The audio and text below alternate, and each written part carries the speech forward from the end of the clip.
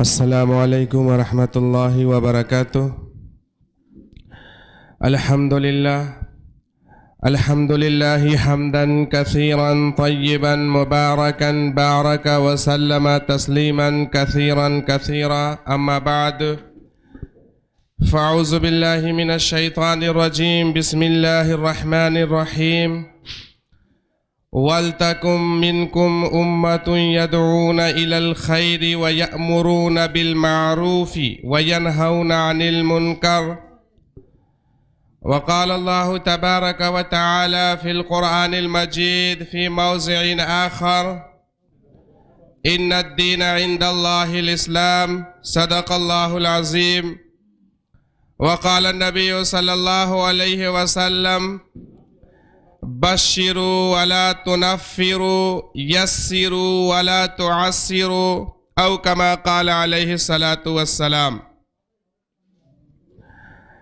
Stage پر جلوہ افروز ذمہ داران کڑپا Islamic welfare society اور ذمہ داران دھرم پریچے کمیٹی اور دور دراز سے آئے ہوئے دائی حضرات اور عزیز طالبات،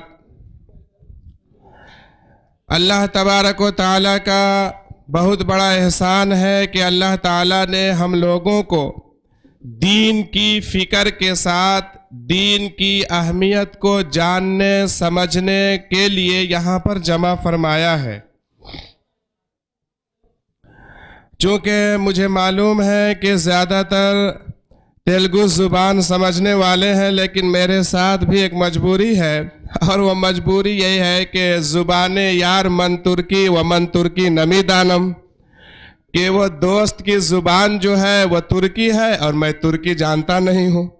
بہرکیف اس کو سمجھنے کے لیے ترجمے کے لیے بھی یہاں رکھا گیا ہے۔ دوسری چیز، جب میں یہاں آیا تو میں اس حالت میں تھا نہیں، صبح سے رات سے ہی بخار، لیکن یہاں آنے کے بعد اللہ کا فضل و کرم ہے کہ بخار بھی ختم ہو گیا۔ اللہ کرے کہ پھر جاؤں تو وہ نہ آئے۔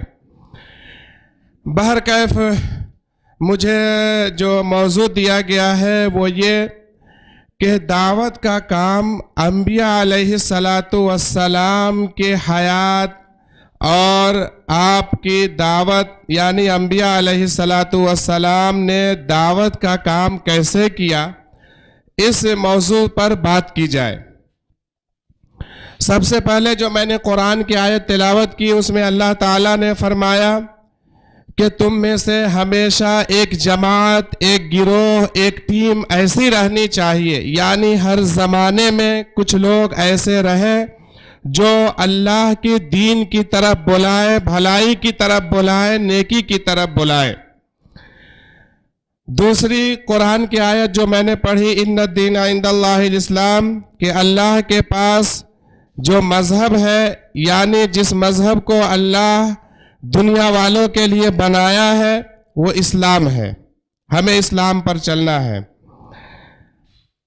اسی پر میں اپنی بات کو شروع کرتا ہوں، اور وہ بات سورہ فاتحہ سے، کہ سب سے پہلی چیز، جیسے حضرت مولانا اکبر علی صاحب رشادی نے بتایا کہ ہم لوگ کیا دعا کرتے ہیں، اہدنا الصراط المستقیم۔ داعی کی صفات، یہ صفات ہر انسان کے لیے ہے، عام طور پر یہ جنرل ہے، ہر مسلمان ہر مومن کے لیے ہے، لیکن خاص طور سے داعی حضرات کے لیے ہم دعا کرتے ہیں، اہدنا الصراط المستقیم صراط الذین انعمت علیہم، اے اللہ ہمیں سیدھے راستے کی رہنمائی فرما، ہمیں سیدھا راستہ دکھلا، وہ راستہ جس پر تو نے انعام کیا، یعنی وہ راستہ جس راستے سے تو خوش ہوتا ہے، وہ تیرا راستہ ہے۔ لیکن دعا تو یہ مانگتے ہیں، اور عمل ہمارا کیسا ہوتا ہے؟ معافی مانگتے ہیں اللہ سے، غیر المغضوب علیہم ولا الضالین، اے اللہ مجھے غیر المغضوب علیہم ولا الضالین، گمراہ لوگوں کے راستے پر مت چلا، اور ان لوگوں کے راستے پر مت چلا جس پر تو نے تیرا غضب ہے، جس سے تو ناراض ہوتا ہے، ایسے راستے پر مت چلا۔ لیکن ہماری دعا میں اللہ تعالیٰ سے جو ہم مانگتے ہیں اس میں اور ہمارے اعمال میں بہت بڑا تضاد ہے، فرق ہے، ڈیفرنٹ ہے۔ دعا تو ہم سیدھے راستے کا مانگتے ہیں، لیکن چلتے ہیں ان لوگوں کے راستے پر۔ دعا مانگتے ہیں سیدھے راستے کا، زندگی گزارتے ہیں غلط کے طریقے پر۔ دعا مانگتے ہیں سیدھے راستے کا، لیکن ہمارا اٹھنا بیٹھنا، چلنا پھرنا، پہننا، باتیں کرنا، رشتہ داروں کے ساتھ معاملہ کرنا، یہ سارے ہمارے غیروں کے طریقے پر ہوتا ہے۔ اس سے ہمیں بچنا چاہیے۔ بہرکیف دائی حضرات کے لیے خاص طور سے چونکہ یہ یہاں پر جلسہ ہوا ہے، اس میں ایک بات، دائی حضرات کو سب سے پہلی چیز اپنے اوپر کنٹرول رکھنا، صبر کرنا، یہ بہت ضروری ہے۔ اس کا ایک واقعہ بتاؤں۔ حضور اکرم صلی اللہ علیہ وسلم جب دعوت کے کام کے لیے، دین کو پھیلانے کے لیے، دین کے پیغام کو اللہ کے بندوں تک پہنچانے کے لیے جب طائف کا آپ نے سفر کیا، طائف جب پہنچے تو طائف میں آپ کو طرح طرح سے ستایا گیا، آپ کو گالیاں دی گئی، آپ کے خاندان کو گالیاں دی گئی، یہاں تک کہ آپ کو مارا گیا۔ مارنے کی وجہ سے آپ کے پاؤں لہو لہان ہو گئے، پاؤں سے خون جاری ہو گئے۔ حضرت جبریل علیہ السلام اللہ کے حکم سے تشریف لائے، فرمایا اے اللہ کے رسول صلی اللہ علیہ وسلم، آپ اللہ کے محبوب ہیں، اللہ کے چنے ہوئے بندے ہیں، اللہ نے آپ کو چن لیا ہے اللہ کے کام کے لیے، اللہ کے دین کو پھیلانے کے لیے، بندوں تک اللہ کے پیغام کو پہنچانے کے لیے آپ یہاں تشریف لائے ہیں۔ نہ جس کے لیے کچھ پیسے لیتے ہیں، نہ معاوضہ لیتے ہیں، نہ کوئی درما لیتے ہیں، اس کے باوجود طائف کے لوگ آپ کو اتنا ستا رہے ہیں۔ جبریل علیہ السلام نے کہا اے اللہ کے رسول صرف اشارہ کیجئے، اے اللہ کے رسول صرف آپ اشارہ کیجئے، میں پر مارتا ہوں، یہ دونوں پہاڑوں کو ملا دوں گا۔ اس پر مارنے سے یہ پورے طائف کی جتنی آبادیاں ہیں، جتنے لوگ یہاں پر ہیں، سب ہلاک ہو جائیں گے۔ اللہ کا حکم، جبریل علیہ السلام آئے، لیکن حضور صلی اللہ علیہ وسلم داعی اعظم تھے، داعی اعظم تھے۔ آپ صلی اللہ علیہ وسلم نے فرمایا جبریل علیہ السلام سے، نہیں نہیں، انہیں مارنا نہیں، انہیں ہلاک نہیں کرنا ہے، انہیں ہلاک نہیں کرنا ہے، انشاءاللہ ان کی قوم میں آگے چل کر لوگ اسلام قبول کریں گے، دین کو قبول کریں گے، مارنا نہیں۔ مجھے انفرادی طور پر تکلیف ہوئی ہے، اللہ کے دین کے لیے، اللہ کے دین کو بچانے کے لیے، اللہ کے دین کو پھیلانے کے لیے اگر مجھے اتنی تکلیف ہوئی ہے تو یہ کوئی بڑی چیز نہیں ہے، بڑی تکلیف نہیں ہے، انشاءاللہ ان کی قوم میں آگے چل کر لوگ مسلمان ہوں گے۔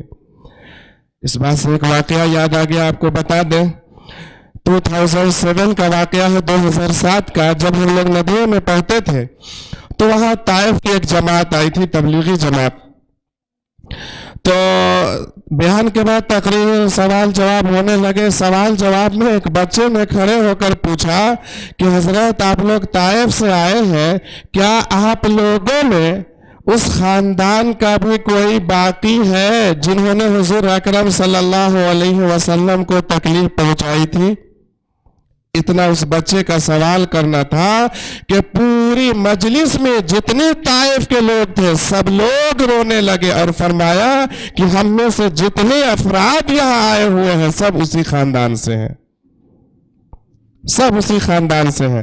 حضور اکرم صلی اللہ علیہ وسلم نے داعیوں کی ایک صفت بتائی کہ ہمیں صبر سے کام لینا چاہیے، اس راستے میں ہمیں جانی مالی تکلیف بھی سہنا پڑے تو اسے ہمیں سوچنا نہیں چاہیے، فکر نہیں کرنا چاہیے، اللہ تعالیٰ راستے نکالیں گے۔ یہاں پر ایک بات اور بتاتے چلے کہ ہم لوگ اتنی محنت نہیں کرتے ہیں جتنے غیر قوم کے لوگ محنت کرتے ہیں، جتنے غلط طریقے کو پھیلانے کے لیے لوگ جتنی محنت کرتے ہیں اتنا ہم نہیں کرتے ہیں. ہم لوگ جامعۃ الصالحات سے باہر صبح کی نماز پڑھ کے نکلتے ہیں تو گلیوں میں دیکھتے ہیں عیسائی برادری کے لوگ صبح صبح پمپلیٹ لے کر ڈور تک جا کر ڈور بجا کر ان کو اپنی جو پیغام پہنچانا ہے، جو باتیں کہنی ہے عیسائیت کے بارے میں، وہ جا کر بولتے ہیں، پہنچاتے ہیں گاڑیوں سے.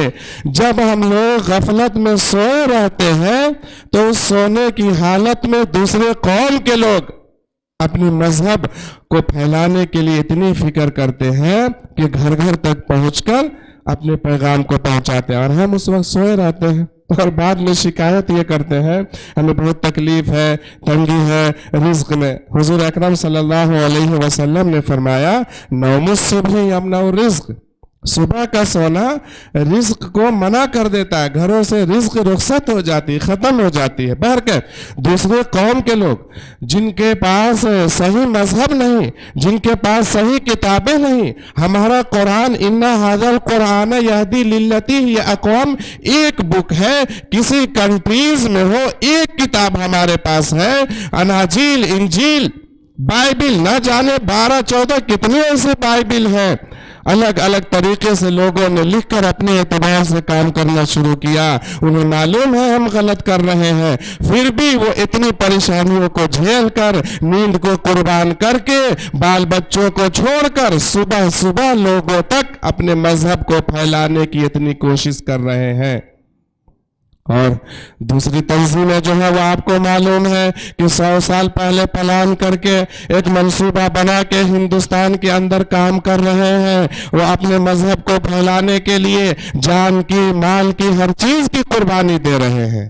لیکن ہم وہ قوم ہے، ہمارے پاس صحیح دین ہے، صحیح مذہب ہے، اللہ کی کتاب ہے، ہم صحیح مومن ہیں، ہمارا دین اللہ کا پسند کیا ہوا دین ہے. اس کے باوجود ہم اتنے پیچھے ہیں. نہیں، صبر سے کام لیں. دوسری بات جو مجھے بتانا ہے وہ یہ کہ داعی کو مایوس نہیں ہونا چاہیے. داعی کو کام کرنے سے مایوس نہیں ہونا چاہیے. ہم دعوت کے کام کر رہے ہیں، 1 سال 2 سال 3 سال کام کر رہے ہیں، کوئی اسلام نہیں لا رہا ہے، راستے پر نہیں آ رہا ہے تو پریشان تھک کے بیٹھ جاتے. کیا گاؤں والے کو اتنے دن سے بتاتے کوئی اسلام نہیں لاتا، کوئی میری بات نہیں سنتا، ہٹو چھوڑ ڈالو. ایسا نہیں کریں گے، ایسا نہیں کریں گے. نوح علیہ السلام کا جیسے مولانا نے بتایا 950 سال تک انہوں نے دعوت دی، اپنے قوم کو بتایا کہ اسلام یہ ہے، دین یہ ہے، اللہ کا مذہب یہ ہے، تو صرف 80 پر 3 لوگ مسلمان ہوئے. صرف 80 پر 3 لوگ مسلمان ہوئے.